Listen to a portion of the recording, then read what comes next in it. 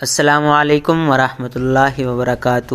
ناظرین، آپ دیکھ رہے ہیں ٹروتھ ہسٹری چینل اور سورڈ آف اللہ سیریز کی ایپیسوڈ 24۔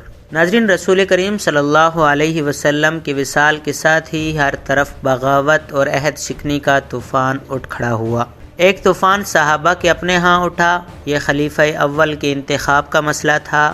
انصار اور مہاجرین کے درمیان کھچاؤ سا بھی پیدا ہو گیا۔ ابو بکر رضی اللہ تعالیٰ عنہ نے آخر یہ فیصلہ عمر رضی اللہ تعالیٰ عنہ اور ابو عبیدہ پر چھوڑا اور کہا کہ یہ دونوں جسے پسند کریں اسے سب خلیفہ مان لیں۔ آپ مہاجرین میں سب سے زیادہ افضل ہیں۔ عمر رضی اللہ تعالیٰ عنہ نے فیصلہ ابو بکر کے حق میں دیا اور ان سے کہا غار میں آپ رسول اللہ صلی اللہ علیہ وسلم کے رفیق اور نماز پڑھانے میں ان کے قائم مقام رہے ہیں۔ دین کے احکام میں نماز سب سے افضل ہے۔ ہمیں ایسا کوئی شخص نظر نہیں آتا جو آپ سے برتر ہو۔ بلا شک و شبہ آپ خلافت کے حقدار ہیں۔ سب سے پہلے عمر رضی اللہ تعالیٰ عنہ نے آگے بڑھ کر ابو بکر رضی اللہ تعالیٰ عنہ کے ہاتھ پر بیعت کی۔ اس کے بعد ابو عبیدہ اور بشیر بن سعد رضی اللہ تعالیٰ عنہ نے بیعت کی۔ جب اعلان عام ہوا کہ ابو بکر خلیفہ رسول اللہ صلی اللہ علیہ وسلم ہوں گے تو لوگ بیعت کے لیے دوڑے آئے۔ مسجد نبوی میں بیعت عام ہوئی۔ ابو بکر رضی اللہ تعالیٰ عنہ نے پہلا خطبہ خلافت دیا۔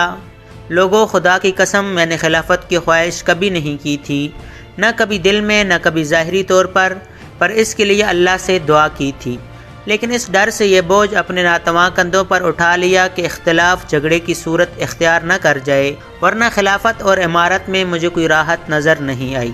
ایک بوجھ مجھ پر ڈال دیا گیا ہے جسے اٹھانے کی طاقت مجھ میں کم ہے۔ اللہ کی مدد کے بغیر میں اس بوجھ کو اٹھا نہیں سکوں گا۔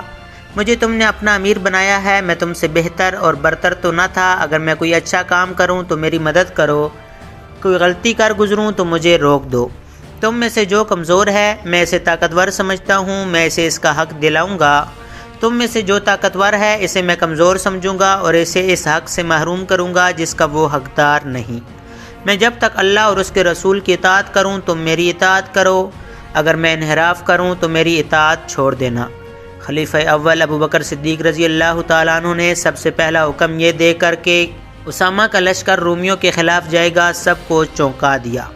یہ موقع کسی اور جنگی مہم کے لیے موزوں نہ تھا۔ رومیوں پر حملہ بہت بڑی جنگ تھی جس میں مسلمانوں کی پوری جنگی طاقت کی ضرورت تھی، لیکن دوسری طرف یہ صورت پیدا ہو گئی تھی کہ بیشتر قبیلوں نے نہ صرف بغاوت کر دی تھی بلکہ بعض نے مدینہ پر حملے کے لیے متحد ہونا شروع کر دیا تھا۔ یہودی اور نصرانی خاص طور پر مدینہ کے خلاف سرگرم ہو گئے۔ اس کے علاوہ جھوٹے پیغمبروں نے الگ محاذ جنگ بنا لیے تھے۔ طلحہ اور خصوصاً مسلمہ تو جنگی طاقت بن گئے تھے۔ اسلام بہت بڑے خطرے میں آ گیا تھا۔ ابو بکر کے حکم کا پس منظر یہ تھا کہ تبوک اور موتا کے معرکوں کے بعد رسول اکرم صلی اللہ علیہ وسلم نے یہ ضروری سمجھا تھا کہ رومیوں پر حملہ کر کے ان کا دم خم توڑا جائے۔ تبوک اور موتا کے معرکوں میں تو یہ کامیابی حاصل کی گئی تھی کہ ان قبیلوں کو مطیع کر لیا گیا تھا جن کا خطرہ تھا کہ وہ رومیوں کے ساتھ اتحاد کر لیں گے۔ ان رومیوں کو ختم کرنا ضروری تھا۔ یہ فیصلہ ملک گیری کی خاطر نہیں بلکہ نظریاتی دفاع کے لیے کیا گیا تھا۔ یہودی اور نصرانی اسلام کے خلاف رومیوں کے کیمپ میں چلے گئے تھے۔ رسول اللہ صلی اللہ علیہ وسلم نے رومیوں پر حملہ کے لیے ایک لشکر تیار کیا تھا جس میں مہاجرین اور انصار کے سرکردہ افراد بھی شامل تھے۔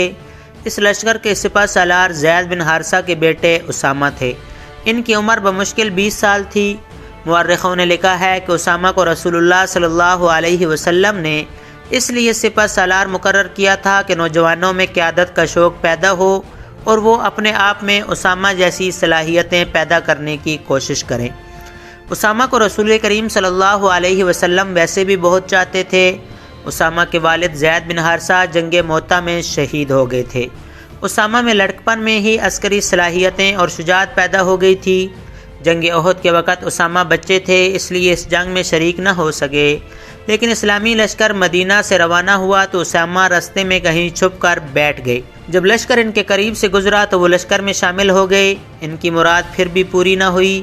انہیں میدان جنگ میں دیکھ لیا گیا اور واپس بھیج دیا گیا۔ البتہ جنگ حنین میں انہوں نے سب کو دکھا دیا کہ شجاعت کیا ہوتی ہے۔ جب رسول مقبول صلی اللہ علیہ وسلم نے اسامہ کو رومیوں پر حملہ کرنے کے لیے لشکر کی سپہ سالاری سونپی تھی تو بعض لوگوں نے اعتراض کیا تھا کہ جس لشکر میں ابو بکر اور عمر جیسے اعلیٰ حیثیت اور تجربے کے بزرگ شامل ہیں، اس لشکر کی سپہ سالاری کل کے بچے کو دینا مناسب نہیں۔ یہ اعتراض رسول اللہ صلی اللہ علیہ وسلم تک اس وقت پہنچا جب آپ صلی اللہ علیہ وسلم زندگی کے آخری بخار میں مبتلا تھے۔ آپ صلی اللہ علیہ وسلم میں بولنے کی بھی سکت نہیں تھی۔ آپ صلی اللہ علیہ وسلم نے بخار سے نجات پانے کے لیے اپنی ازواج سے کہا آپ صلی اللہ علیہ وسلم کو غسل کرائیں۔ آپ صلی اللہ علیہ وسلم پر پانی کے ساتھ مشکیزیں ڈالے گئے، اس سے بخار خاصا کم ہو گیا۔ نکاحت زیادہ تھی، پھر بھی آپ صلی اللہ علیہ وسلم مسجد میں چلے گئے جہاں بہت سے لوگ موجود تھے، جن میں اعتراض کرنے والے سرکردہ افراد بھی تھے۔ اے لوگو، رسول اللہ صلی اللہ علیہ وسلم نے فرمایا اسامہ کے لشکر کو کوچ کرنے دو، تم نے اس کی سپہ سالاری پر اعتراض کیا ہے، تم نے اس کے باپ کی سپہ سالاری پر بھی اعتراض کیا تھا۔ میں اسامہ کو اس منصب کے قابل سمجھتا ہوں، اس کے باپ کو بھی میں نے اس منصب کے قابل سمجھا تھا، اور تم نے دیکھا کہ میں نے سپہ سالاری اسے سونپ کر غلطی نہیں کی تھی۔ اعتراض ختم ہو گیا اور رومیوں کے خلاف لشکر کوچ کر گیا، لیکن جرف کے مقام پر اطلاع ملی کہ رسول کریم صلی اللہ علیہ وسلم کی بیماری تشویشناک صورت اختیار کر گئی ہے۔ اسامہ میں نوجوانی میں ہی بزرگوں جیسی دور اندیشی پیدا ہو گئی تھی۔ انہوں نے لشکر کو جرف کے مقام پر روک لیا اور خود رسول اللہ صلی اللہ علیہ وسلم کو دیکھنے مدینہ آئے۔ ایک تحریر میں اسامہ کا بیان ان الفاظ میں ملتا ہے، اطلاع ملی کہ رسول اللہ صلی اللہ علیہ وسلم کی حالت بگڑ گئی ہے تو میں اپنے چند ایک ساتھیوں کے ساتھ مدینہ آیا۔ ہم سیدھے رسول اللہ کے حضور گئے۔ آپ صلی اللہ علیہ وسلم پر نکاحت طاری تھی، اتنی کہ بول بھی نہ سکتے تھے۔ آپ صلی اللہ علیہ وسلم نے 2-3 بار ہاتھ اٹھا کر آسمان کی طرف کیے اور ہر بار ہاتھ میرے اوپر رکھ دیے۔ میں سمجھ گیا کہ حضور صلی اللہ علیہ وسلم میرے لیے دعا کر رہے ہیں۔ دوسرے روز اسامہ پھر آپ کے حضور گئے اور کہا یا رسول اللہ، لشکر جرف میں میرا منتظر ہے، اجازت فرمائیے۔ رسول اللہ صلی اللہ علیہ وسلم نے ہاتھ اوپر اٹھائے مگر ہاتھ زیادہ اوپر نہ اٹھ سکے، ذوف بہت زیادہ بڑھ گیا تھا۔ اسامہ دل پر غم کا بوجھ، آنکھوں میں آنسو لے کر روانہ ہو گئے۔ تھوڑی ہی دیر بعد رسول اللہ صلی اللہ علیہ وسلم وصال فرما گئے۔ قاصد اسامہ کے پیچھے دوڑا اور راستے میں جا لیا۔ اسامہ نے حضور صلی اللہ علیہ وسلم کے وصال کی خبر سنی، گھوڑا سر پر توڑایا، اپنے لشکر تک پہنچے۔ وصال کی خبر نے لشکر میں کوہرام برپا کر دیا۔ اسامہ لشکر کو مدینہ لے آئے۔ خلیفہ اول کی بیعت ہو چکی تھی۔ انہوں نے اسامہ کو بلا کر پوچھا کہ رسول اللہ صلی اللہ علیہ وسلم نے انہیں کیا حکم دیا تھا؟ یہ حکم تو آپ کو بھی معلوم ہے۔ اسامہ نے جواب دیا مجھ سے ہی سننا ہے تو سن لیں۔ رسول اللہ صلی اللہ علیہ وسلم نے حکم دیا تھا کہ میں فلسطین میں بلقاء اور دوام کی سرحد سے آگے جا کر رومیوں پر حملہ کروں، لیکن وہاں تک لشکر اس طرح پہنچے کہ دشمن کو حملے تک لشکر کی آمد کی خبر تک نہ ہو سکے۔ جاؤ اسامہ، ابو بکر نے کہا، اپنا لشکر لے جاؤ اور رسول اللہ کے حکم کی تعمیل کرو۔ لشکر کو جب یہ حکم ملا تو ابو بکر پر اعتراض ہونے لگے۔ سب کہتے تھے کہ جب ہر طرف سے خطروں کے طوفان نے گھیر لیا ہے، اتنی بڑی جنگ اور وہ بھی اتنی دور شروع نہیں کرنی چاہیے۔ اس لشکر کی ان فتنوں کی سرکوبی کے لیے ضرورت ہے جو بڑی تیزی سے اٹھ رہے ہیں۔ قسم ہے اس اللہ کی جس کے ہاتھ میں میری جان ہے، ابو بکر نے کہا، اگر مجھے جنگل کے درندے چیرنے پھاڑنے کے لیے آ جائیں تو بھی میں اسامہ کے لشکر کو نہیں روکوں گا۔ میں اس حکم کی خلاف ورزی کس طرح کر سکتا ہوں جو رسول اللہ نے اپنی زندگی میں دیا تھا؟ میں اگر مدینہ میں اکیلا رہ گیا تو بھی اس لشکر کو نہیں روکوں گا۔ تم پر سلامتی ہو ابو بکر، عمر نے کہا۔ اعتراض کرنے والے یہ بھی کہتے ہیں کہ اگر لشکر کو بھیجنا ہی ہے تو سپہ سالاری اسامہ کے بجائے کسی تجربہ کار آدمی کو دے۔ اے ابن خطاب، ابو بکر نے جواب دیا، کیا تم بھول گئے ہو کہ اسامہ کو رسول اللہ نے سپہ سالار مقرر کیا تھا؟ کیا تم جرأت کرو گے کہ رسول اللہ صلی اللہ علیہ وسلم کے حکم کو منسوخ کر دو؟ میں ایسی جرأت نہیں کروں گا، عمر نے کہا، مجھ میں اتنی جرأت نہیں۔ میری سن ابن خطاب، ابو بکر نے کہا، اپنی قوم کو دیکھ، پوری قوم غم سے نڈال ہے، غم کے ساتھ ساتھ ایک خوف ہے جو ہر کسی کے دل میں اترتا جا رہا ہے۔ یہ خوف ان بغاوتوں کا ہے جو ہمارے ارد گرد اٹھ رہی ہیں۔ ہر روز ایک خبر آتی ہے کہ آج فلاں قبیلہ باغی ہو گیا، بعض قبیلے اسلام سے منحرف ہو گئے ہیں، اسلام بھی خطرے میں آ گیا ہے اور مدینہ بھی۔ یہودیوں اور نصرانیوں نے بڑی خوفناک افواہیں پھیلانی شروع کر دی ہیں، ان سے اور زیادہ خوف پھیل رہا ہے۔ اگر ہم نے رومیوں پر حملہ روک لیا تو دو نقصان ہوں گے۔ دوسری یہ کہ رومی اور مجوسی ہم کو کمزور سمجھ کر ہم پر چڑھ دوڑیں گے، میں قوم کو یہ بتانا چاہتا ہوں کہ ہم کمزور نہیں ہوں گے، ہمارا اللہ ہمارے ساتھ ہے۔ میں قوم کے حوصلے اور جذبے پہلے کی طرح مضبوط رکھنا چاہتا ہوں۔ رسول اللہ صلی اللہ علیہ وسلم کے نقش قدم پر چلنا میرا فرض ہے۔ عمر کو اس استدلال نے مطمئن کر دیا۔ ابو بکر نے کوچ کا حکم دے دیا۔ اسامہ کا لشکر روانہ ہوا تو ابو بکر کچھ دور تک پیدل ہی ساتھ چل پڑے۔ اسامہ گھوڑے پر سوار تھے۔ مورخین نے لکھا ہے کہ ایک سپہ سالار اور وہ بھی نوجوان گھوڑے پر سوار تھا اور خلیفہ اس کے ساتھ ساتھ پیدل جا رہے تھے۔ اس کی وجہ یہ تھی کہ خلیفہ ہر کسی کو دکھانا چاہتے تھے کہ سپہ سالار اسامہ تعظیم و تکریم کے قابل ہے۔ اے خلیفہ رسول اللہ صلی اللہ علیہ وسلم، اسامہ نے کہا، آپ گھوڑے پر سوار ہو جائیں یا میں آپ کے ساتھ پیدل چلوں گا؟ نہ میں سوار ہوں گا اور نہ تم پیدل چلو گے۔ ابو بکر نے کہا، میں روحانی تسکین محسوس کر رہا ہوں کہ اللہ کی راہ کی گرد میرے پاؤں پر بھی پڑ رہی ہے۔ عمر بھی اس لشکر میں شامل تھے۔ ابو بکر کو محسوس ہوا کہ مدینہ میں انہیں عمر کی ضرورت ہوگی۔ اسامہ خلیفہ نے سپہ سالار سے کہا، اگر تم اجازت دو تو میں عمر کو مدینہ میں رکھ لوں، مجھے اس کی مدد کی ضرورت ہوگی۔ اسامہ نے عمر کو لشکر میں سے نکل کر واپس جانے کی اجازت دے دی۔ ابو بکر بہت بوڑھے تھے، ایک جگہ رک گئے۔ اسامہ نے لشکر کو روک لیا۔ ابو بکر نے ذرا بلند جگہ پر کھڑے ہو کر لشکر سے خطاب کیا، اسلام کے مجاہدوں، میں تمہیں 10 نصیحتیں کرتا ہوں، انہیں یاد رکھنا۔ خیانت نہ کرنا، چوری نہ کرنا، دشمن کے لاشوں کے اعضاء نہ کاٹنا، بچوں اور عورتوں کو قتل نہ کرنا، کھجوروں اور پھلوں کے درخت نہ کاٹنا، کھانے کے غرض کے سوا کسی جانور کو ذبح نہ کرنا۔ تمہیں دوسرے مذاہب کی عبادت گاہیں نظر آئیں گی جن میں تارک الدنیا لوگ بیٹھے ہوں گے، انہیں پریشان نہ کرنا۔ کسی بستی کے لوگ برتنوں میں تمہارے لیے کھانا لائیں گے، یہ کھانا اللہ کا نام لے کر کھانا۔ تمہیں ایسے لوگ بھی ملیں گے جنہوں نے اپنے سروں میں شیطان کے گھونسلے بنا رکھے ہیں، ان کے سروں کے درمیان کا حصہ منڈا ہوا ہوگا اور باقی بال بہت لمبے لمبے ہوں گے، انہیں قتل کر دینا۔ اپنی حفاظت اللہ کے نام سے کرنا۔ خدا حافظ مجاہدو، اللہ تمہیں شکست اور وبا سے دور رکھے۔ لشکر کی مدینہ سے روانگی کی تاریخ 24 جون 632 عیسوی یکم ربیع الثانی 11 ہجری تھی۔ یہ کہانی چونکہ شمشیر بے نیام کی ہے، اس لیے ہم وہ واقعات بیان کریں گے جن کا تعلق خالد بن ولید سے ہے۔ رسول اللہ صلی اللہ علیہ وسلم نے خالد کو اللہ کی تلوار کہا تھا۔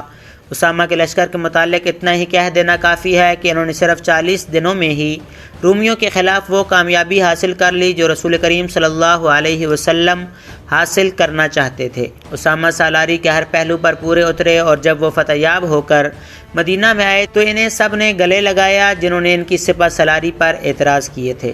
دوسری بڑی جنگ مرتدین کے خلاف تھی۔ ابو بکر نے اپنی فوج کو کئی حصوں میں تقسیم کر کے ہر حصے کے سالار مقرر کیے اور ان کے لیے محاذ مقرر کر دیے، یعنی ہر سالار کو ایک ایک علاقہ بتا دیا گیا جہاں انہیں حملہ کرنا تھا۔ اس میں ابو بکر نے خاص طور پر یہ خیال رکھا تھا کہ ہر دشمن کی طاقت اور لڑنے والی نفری دیکھ کر اس کے مطابق سپہ سالار مقرر کیے جائیں۔ سب سے زیادہ طاقتور اور مکار 2 مرتد تھے، ایک طلحہ اور دوسرا مسلمہ۔ ان دونوں نے نبوت کا دعویٰ کر کے ہزارہ پیروکار پیدا کر لیے تھے۔ خالد بن ولید کو ابو بکر نے حکم دیا کہ وہ طلحہ کی بستیوں پر حملہ کریں اور اس سے فارغ ہو کر بطاح کا رخ کریں، جہاں بنی تمیم کے سردار مالک بن نویرہ نے بغاوت کر دی تھی۔ تمام سالار اپنے اپنے محاذوں اور مہموں کو روانہ ہو گئے۔ خالد اپنی مہم کے علاقے میں حسب عادت اتنی تیزی سے پہنچے کہ دشمن کو خبر تک نہ ہوئی۔ انہوں نے کچھ بستیوں کو گھیرے میں لے لیا تو خالد کے پاس کچھ آدمی آئے اور انہیں بتایا کہ بعض قبیلے طلیحہ کے فریب کا شکار ہیں، ان کی خونریزی مناسب نہیں ہوگی۔ اگر خالد ذرا انتظار کریں تو قبیلہ تئی کے کم و بیش 500 آدمی خالد کے دستے میں شامل ہو جائیں گے۔ خالد نے انتظار کیا اور یہ آدمی قبیلہ تئی کے 500 آدمی لے آئے جو طلیحہ کے قبیلے اور اس کے زیر اثر قبیلوں کے خلاف لڑنے پر آمادہ تھے۔ وہ مسلح ہو کر آئے تھے۔ اسی طرح قبیلہ جدیلہ بھی خالد کے ساتھ مل گیا۔ طلیحہ کو پتہ چلا تو وہ بہت گھبرایا، لیکن ایک شخص غنیہ اس کے ساتھ تھا۔ وہ بنی فرازہ کا سردار تھا۔ اس کے دل میں مدینہ والوں کے خلاف اتنا عناد بھرا ہوا تھا کہ اس نے اعلان کر دیا تھا کہ وہ مدینہ والوں کی حکومت کو کسی قیمت پر تسلیم نہیں کر سکتا۔ غزوہ احزاب میں جن 3 لشکروں نے مدینہ پر حملہ کرنے کا منصوبہ بنایا تھا، ان میں سے ایک لشکر کا سالار یہی شخص عینیہ بن حسن تھا۔ رسول کریم صلی اللہ علیہ وسلم نے اپنے اس اصول کے مطابق کہ دشمن کو تیاری کی حالت میں پکڑو، مدینہ سے نکل کر ان تینوں لشکروں پر حملہ کر دیا تھا۔ سب سے زیادہ نقصان عینیہ کے لشکر کو اٹھانا پڑا۔ اس نے مجبور ہو کر اسلام قبول کر لیا تھا، لیکن اسلام کے خلاف سرگرم رہا۔ خالد کو پتہ چلا کہ طلحہ کے ساتھ عینیہ بھی ہے، تو انہوں نے عہد کیا کہ ان دونوں کو نہیں بخشیں گے۔ خالد نے پیش قدمی سے پہلے اپنے 2 آدمیوں عکاشہ بن محسن اور ثابت بن اکرم انصاری کو لشکر سے آگے بھیج دیا کہ وہ دشمن کی نقل و حرکت یا کوئی اور بات دیکھیں تو لشکر کی پیش قدمی کے کام آ سکے تو پیچھے اطلاع دیں۔ دونوں چلے گئے اور خالد اپنے دوستوں کے ساتھ آگے بڑھتے گئے۔ بہت دور جا کر ان دونوں میں سے کوئی بھی واپس آتا دکھائی نہ دیا۔ کچھ دور گئے تو 3 لاشیں پڑی ملی جو خون میں نہائی ہوئی تھیں۔ 2 لاشیں انہی 2 آدمیوں عکاشہ اور ثابت کی تھیں جنہیں خالد نے آگے بھیجا تھا۔ تیسری لاش کسی اجنبی کی تھی۔ بعد میں جو انکشاف ہوا طبری اور قاموس کے مطابق کہ یہ دونوں آگے جا رہے تھے، راستے میں انہیں ایک شخص حبال مل گیا۔ ایک مورخ کامل ابن اسیر لکھتا ہے کہ حبال طلحہ کا بھائی تھا، لیکن طبری اور قاموس اسے طلحہ کا بھتیجا لکھتے ہیں۔ عکاشہ اور ثابت نے اسے للکار کر قتل کر دیا۔ اس کی اطلاع طلحہ کو مل گئی۔ وہ اپنے بھائی سلمہ کو اپنے ساتھ لے کر آ گیا۔ عکاشہ اور ثابت ابھی اور آگے جا رہے تھے۔ طلحہ اور سلمہ نے گھات لگائی اور دونوں کو مقابلے کی مہلت دیے بغیر ہی قتل کر دیا۔ خالد آگ بگولا ہو گئے اور طلحہ کی بستی پر جا دھمکے۔ عینیہ طلحہ کی فوج کی کمان کر رہا تھا اور طلحہ ایک خیمہ میں نبی بنا بیٹھا تھا۔ عینیہ نے مسلمانوں کا قہر اور غضب دیکھا تو وہ اپنے لشکر کو لڑتا چھوڑ کر عینیہ کے پاس گیا۔ وہ طلحہ کو سچا نبی مانتا تھا۔ یا نبی، عینیہ نے طلحہ سے پوچھا، مشکل وقت آن پڑا ہے، جبرائیل کوئی وحی لائے ہیں؟ ابھی نہیں، طلحہ نے کہا۔ تم لڑائی جاری رکھو۔ عینیہ دوڑتا گیا اور لڑائی میں شامل ہو گیا۔ مسلمانوں کا قہر اور بڑھ گیا۔ خالد کی چالیں جھوٹے نبی کے لشکر کے پاؤں اکھاڑ رہی تھیں۔ عینیہ ایک بار پھر طلحہ کے پاس گیا۔ یا نبی، اس نے طلحہ سے پوچھا، کوئی وحی نازل ہوئی؟ ناظرین، آج کے ایپیسوڈ میں اتنا ہی۔ امید ہے آج کے ایپیسوڈ آپ کو انفارمیٹیو لگی ہوگی۔ اگر ویڈیو پسند آئی ہو تو لائک شیئر کریں اور کمنٹ باکس میں اپنی رائے ضرور دیں۔ ملتے ہیں اگلی ایپیسوڈ میں۔ اللہ حافظ۔